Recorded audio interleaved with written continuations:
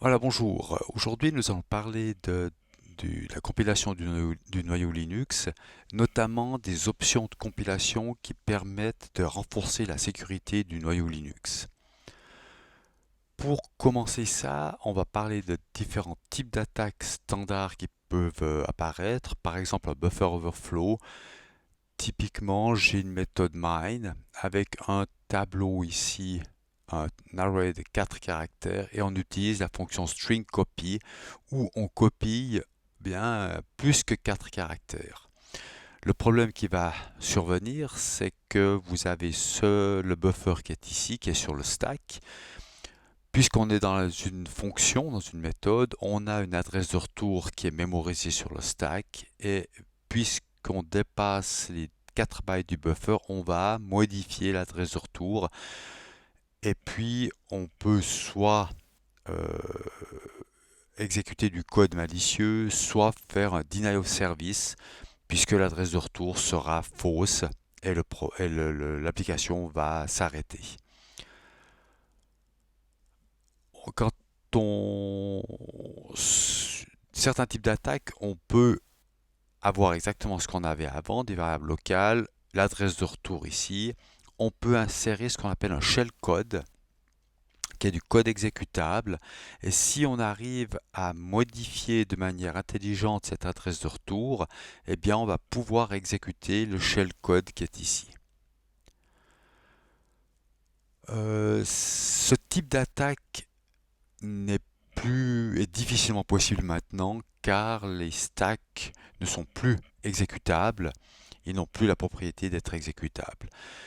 Mais il y a typiquement ici, on a les variables locales, l'adresse de retour, le stack qui n'est pas exécutable, mais il y a d'autres techniques qui permettent de contourner ça là, typiquement read to libc, qui est, vous avez la mémoire RAM qui est ici, vous avez la section texte qui est exécutable, vous avez la librairie libc, enfin, la librairie libc, des librairies sont chargées en mémoire RAM. On a la libc par exemple ou d'autres librairies qui se trouvent ici. Et le but, c'est de faire un return address dans cette zone-là où là on a du code qui est exécutable. Et puis on peut exécuter un petit bout de shellcode ici. Ensuite on a un jump qui nous fait sauter ici. On exécute un autre bout de shellcode, etc. Et finalement on arrive à exécuter tout notre shellcode qui est réparti dans toute la mémoire ici. Ici, vous avez cette technique-là, celle qu'on vient de décrire avant, c'est Return to libc, Return Oriented Programming. Euh, Ici, eh bien, c'est le même principe que celle-ci, mais au lieu de sauter dans une librairie, on va exécuter du code qui est dans le programme de base, le programme original. Vous avez des contre-mesures, Address Space Layout Randomization, qui permettent de randomiser le chargement des librairies de manière à éviter ce type d'attaque. Ou bien vous avez pour un programme particulier PIE, Position Independent Executable, qui va prendre un exécutable et le charger à des adresses différentes d'une exécution à l'autre, ce qui permet d'éviter ce type d'attaque de type Return Oriented Programming. Et on va voir que dans le noyau Linux, on peut configurer certaines choses qui permettent d'éviter ces problèmes-là. Linux Space, dans Linux, vous avez deux zones mémoire, le user space et puis le kernel space. Dans le user space, vous avez les programmes habituels dans lesquels on travaille. Par exemple, si je suis ici là je suis connecté sur le NanoPi. Voilà, ici je suis dans le kernel space, dans le user space. Voilà. Dans le kernel space, c'est là que tourne le noyau Linux. On a du code qui fonctionne à ce niveau-là et il y a une séparation entre les deux pour des raisons de sécurité entre le user space et le kernel space. Et pour dialoguer entre les deux, on a eh bien, ces différents programmes, type des MESG, des node files, fichiers, des file systems virtuels qui vous permettent de dialoguer entre le user space et le kernel space. Par exemple, si je viens dans ici et puis j'exécute la commande dmesg, on a tout ce que le noyau a écrit. Le noyau ne peut pas accéder directement à la console. Il fait des print kernel dans une zone mémoire qui se trouve dans le noyau. Et pour accéder à cette zone mémoire, on doit utiliser la commande dmesg et c'est ce que je viens de faire ici.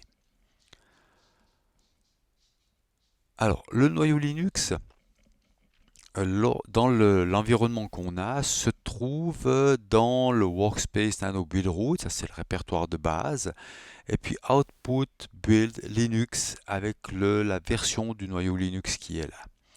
Et ici, vous avez différents sous-répertoires qui se trouvent. Quelques répertoires importants, l'architecture qui dépend du hardware. Si je viens ici, CD output, je suis dans ce répertoire-là. Home, Schuler, Workspace, Nano, Build, Output, CD, Build. Et puis Linux, et puis c'est le noyau 5, 8, 6 que l'on a. Et ici, j'ai ces différents répertoires que je retrouve ici. Voilà, on voit ces différents répertoires. Celui-ci, architecture, dépend des processeurs supportés par Linux et vous avez différents types de processeurs qui se trouvent ici.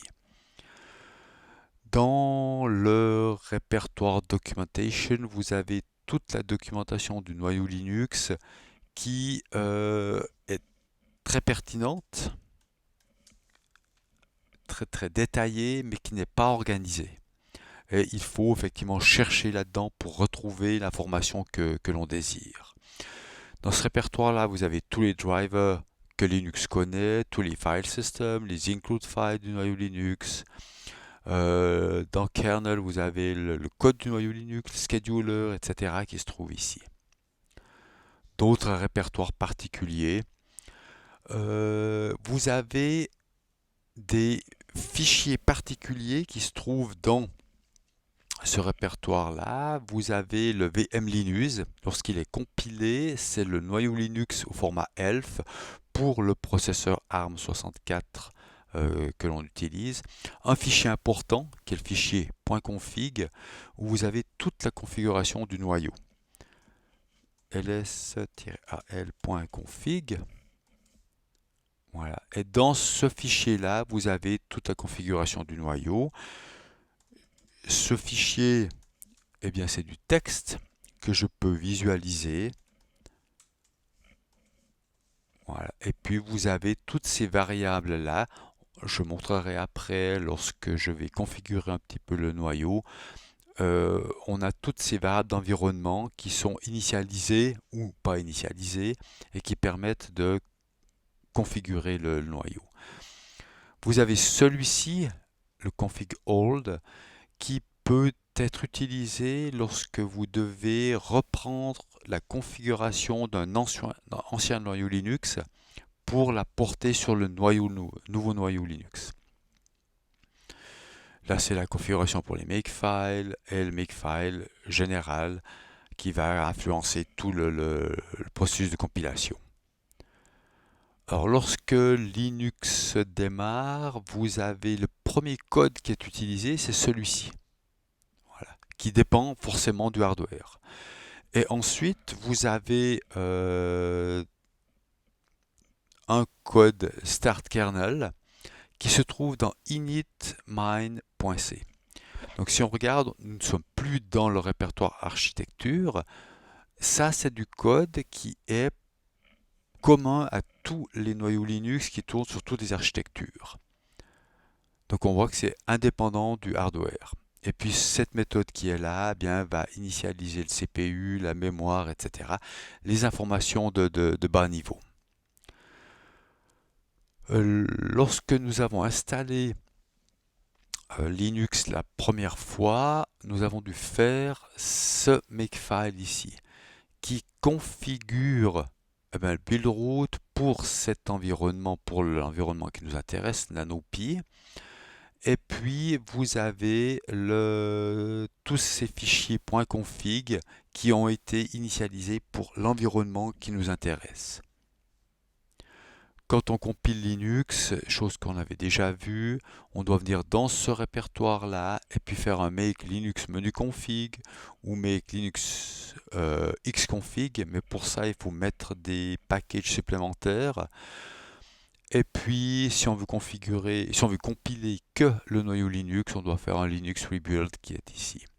Vous avez d'autres commandes, le clean, attention, ça va tout vous effacer.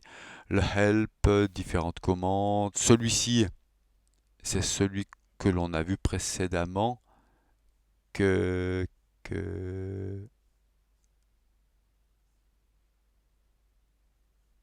celui-ci correspond à celui-ci, je ne me souviens plus la différence qu'il y a. Voilà. Et puis, si vous voulez, si lorsque vous compilez votre noyau, vous avez un problème, si vous faites le make tout simple, vous avez simplement qu'un résumé des commandes qui est affiché à l'écran. Si vous le faites avec V majuscule égale à 1, vous avez toute la commande qui est affichée à l'écran et ça peut vous être utile en cas de problème. Voilà, si on veut configurer, donc je vous avais dit, make Linux xconfig, il faut installer ces packages supplémentaires de manière à pouvoir configurer Linux. Alors, lorsque je fais le make Linux xconfig ou menu config, on a une image de ce type-là. Si je fais comme c'est ici, je reviens dans mon répertoire build root, make menu config. Voilà, au lieu d'avoir une image graphique comme celle-ci avec le xconfig, j'ai une image semi-graphique qui est ici. Alors, avant de voir les différentes possibilités de configuration pour renforcer le noyau Linux, juste montrer un tout petit peu le principe. Si je viens dans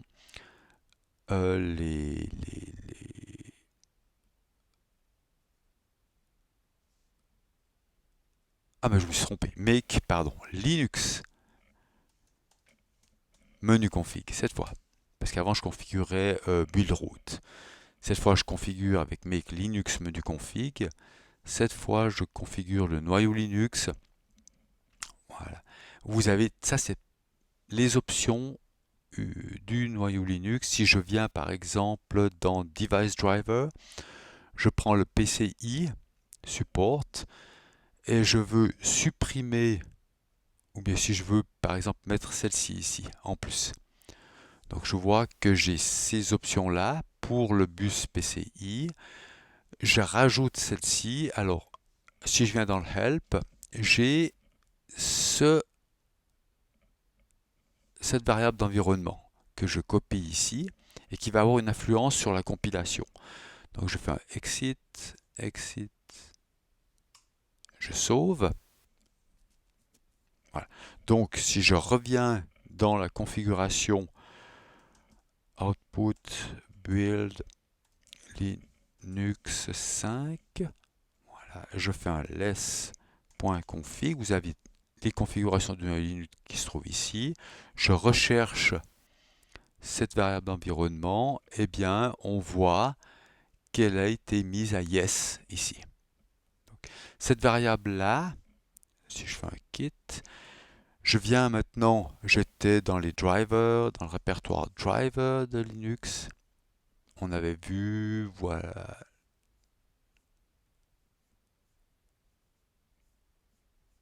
Voilà. Les différents répertoires de Linux, je suis venu dans driver. Puis après, depuis ici, si je fais ls, je dois avoir un PCI qui est là, cd PCI. Et puis maintenant, si je fais un grep, -R pour récursif, je recherche cette variable d'environnement dans tous les fichiers, eh bien je vois que cette variable d'environnement, elle se trouve dans ce fichier C ici, dans ce fichier port driver core.c, etc. Si je regarde cpcie, après port driver underscore core.c, c'est bien celui-ci. Voilà, maintenant je recherche. Voilà. Donc ici, typiquement, je retrouve cette variable d'environnement et j'ai ici une compilation conditionnelle. Si cette variable est définie, eh bien le compilateur va compiler ça. Si cette variable-là n'est pas définie, eh bien le compilateur ne va pas compiler ça. Et on voit comment est-ce que, avec cet exemple-là, on peut, depuis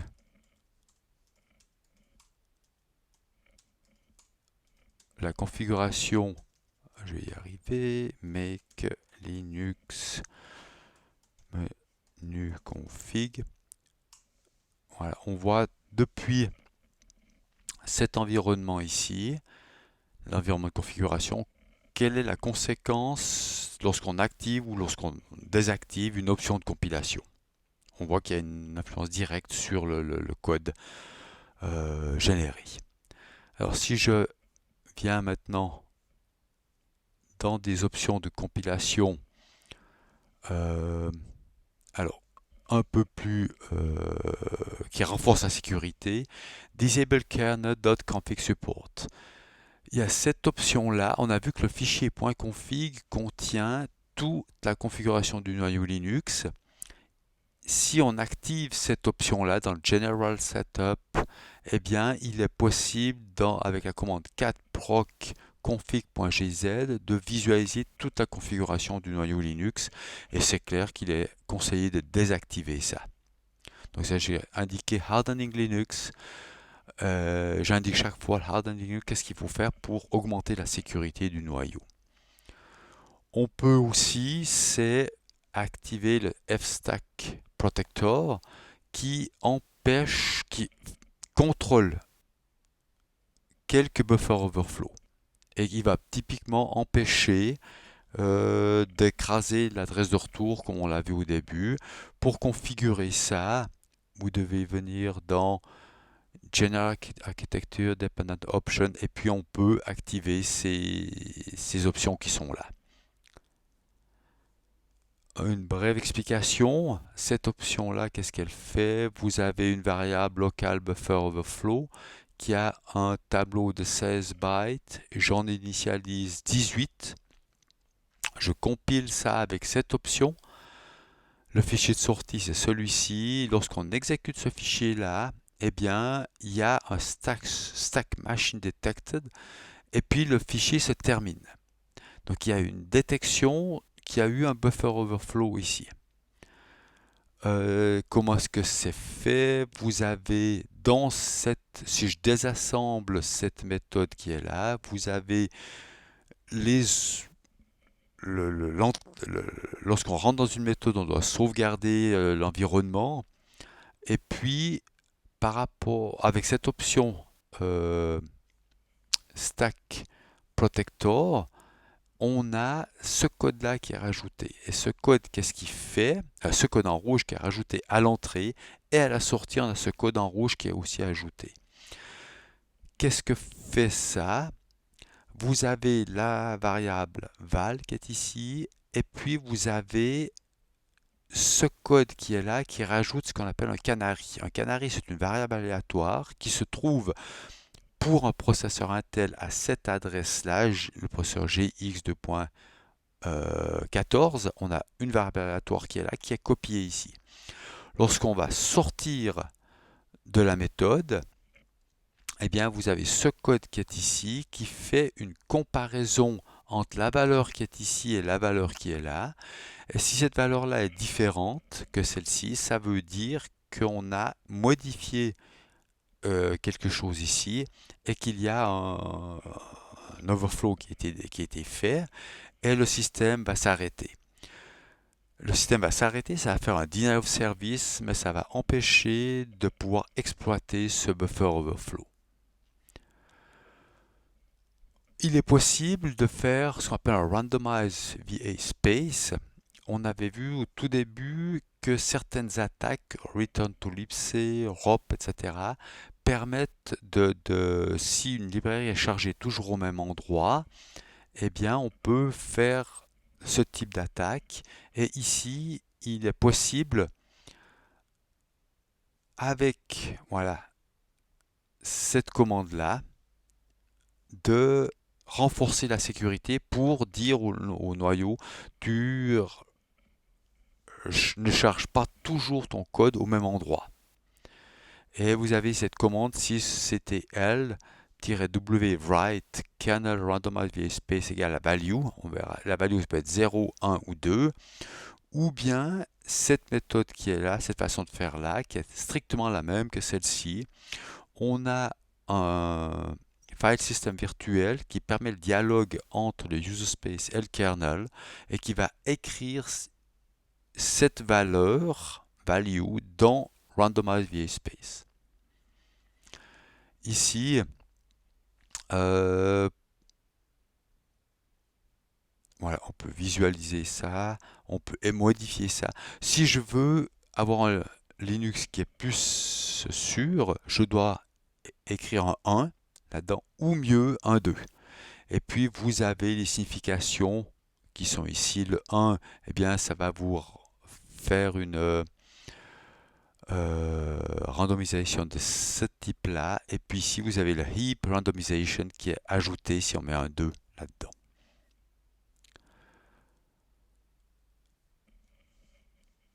Ici, on a une randomized virtual address at which the kernel image is loaded. Donc ici, on a le noyau qui va être chargé à une adresse ou certaines parties du noyau à des adresses variables. De cette manière-là, on ne va pas pouvoir connaître à l'avance à quelle adresse se trouve le noyau, de manière à exploiter certains types d'attaques. Et pour faire ça, on doit venir dans Kernel Feature et puis activer cette option qui est là. Ici, c'est quelque chose d'un peu semblable où vous avez pour les objets qui sont chargés dans le noyau, pour du code qui est chargé dans le noyau, on peut le charger à des adresses dynamiques. Et pour permettre ça, on doit activer dans General Setup ces options qui sont ici. Et ça permet, c'est toujours le même principe, on a du code qui est chargé à une adresse qui n'est pas connue à l'avance et qui permet d'empêcher certains types d'attaques. Ici, on va dire que la section texte du kernel, c'est-à-dire le code du kernel, est en read-only. Donc on ne va pas pouvoir modifier modifier le code du kernel dynamiquement. Modifier dynamiquement le code du kernel. On peut optimiser le code du kernel au point de vue performance, au point de vue taille, avec les options "-o". Voilà, c'est "-os" ou "-o2" qui sera utilisé et on peut configurer ça avec General Setup et puis après vous avez cette option qui est ici. On peut sur certains hardware enclencher un certain type de processeur, un hardware particulier qui va générer des nombres aléatoires. Un exemple ici dans Device Driver, Character Device, vous avez différents types de hardware qui permettent de faire ça. Et c'est important d'avoir des nombres aléatoires de bonne qualité car vous avez toutes les fonctions cryptographiques qui vont utiliser ces nombres aléatoires. On peut le faire de manière hardware avec un hardware particulier. Si notre hardware, notre carte n'a pas de nombre aléatoire, il est possible d'utiliser cet algorithme ici. Hardware Volatile Entropy Gathering and Expansion. Ce service qui est là. C'est un programme qui génère des nombres aléatoires non prédictibles, entre guillemets, mais dans certains cas, c'est extrêmement utile de l'avoir. J'avais eu une fois un hardware qui avait une entropie très très faible, et lorsqu'on générait les clés SSH, ça prenait un temps fou, plusieurs dizaines de secondes pour générer des clés SSH, et en ajoutant ce service, eh bien, ça prenait un temps tout à fait quelques millisecondes pour faire ce genre de choses. Pour faire ça, on doit venir non pas dans la configuration du noyau Linux, mais de buildroot. Et puis make menu config, et ici on peut rajouter ce service, et ça a comme conséquence, on peut voir l'entropie ici, ça a comme conséquence de mettre, si je suis dans le voilà cd/etc/init.d, donc je suis dans les scripts de démarrage de Linux, et vous avez ce script ici qui est rajouté, S21 et alors LESS S21, voilà, et puis ça charge ce service ici de manière à augmenter l'entropie du système. L'entropie, on peut la regarder avec cette commande-là ou celle-ci. On a ce notefile qui permet de dialoguer entre le user space et le kernel. Et ici, on peut limiter l'accès à ce notefile à l'utilisateur root. Et pour le faire, on doit le faire de cette manière-là.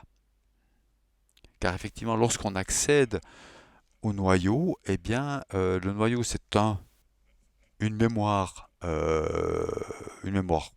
dans laquelle on accède, et qu'on peut modifier des choses, et on peut casser énormément de choses si on écrit n'importe où. Donc là, il est conseillé de restreindre l'accès depuis le user au kernel. Il est conseillé, d'éliminer les symboles de debug. Pour faire ça, dans kernel hacking, on peut faire la commande strip qui va éliminer tous les symboles, et puis de ne pas mettre les informations de debug. Dans le buildroot que l'on a, on avait vu que la commande obfcopy élimine tous les symboles et ne copie que les sections nécessaires, c'est-à-dire la section texte, section data initialisée dans le code du noyau. On peut limiter aussi l'accès au noyau. On avait vu au tout début cette commande dmesg qui permet de dialoguer entre, si je fais dmesg, je vais regarder tout ce que le kernel a écrit. Eh bien, on peut limiter l'accès à l'utilisateur root pour ça, et de cette manière-là, on le fait avec cette commande ici.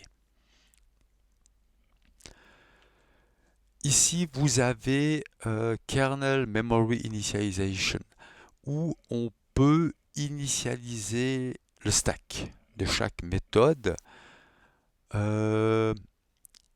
Attention, il y a cette option-là qui est indiquée qui est dans le noyau, mais qu'on n'arrive pas à activer. Voilà. No Automatic Initialization. Donc si on désactive, par défaut elle est activée, et je crois que si on n'arrive pas à le désactiver ou quelque chose comme ça. Par contre, pour le heap, voilà, on peut initialiser le heap à 0, et puis lorsqu'on a terminer d'utiliser une zone mémoire. Typiquement, lorsqu'on fait un malloc, puis on fait un free après, eh bien, le malloc va mettre la zone mémoire à 0, et lorsqu'on va faire le free, ça va mettre à 0 cette zone mémoire ici. Ça permet d'éviter certains types de problèmes ou d'attaques. Ici, vous avez des méthodes qui s'appellent copy to user ou copy from user qui permettent d'échanger des données entre le mode kernel et le user space. Et puis, vous pouvez faire en sorte que vous ayez un contrôle beaucoup plus strict des données échangées entre le user space et le kernel. Typiquement, ces méthodes que je mentionnais avant, hop, ls, et puis j'ai un fichier qui s'appelle parport.c. Voilà, si je fais une méthode read, là c'est du code qui tourne dans le kernel.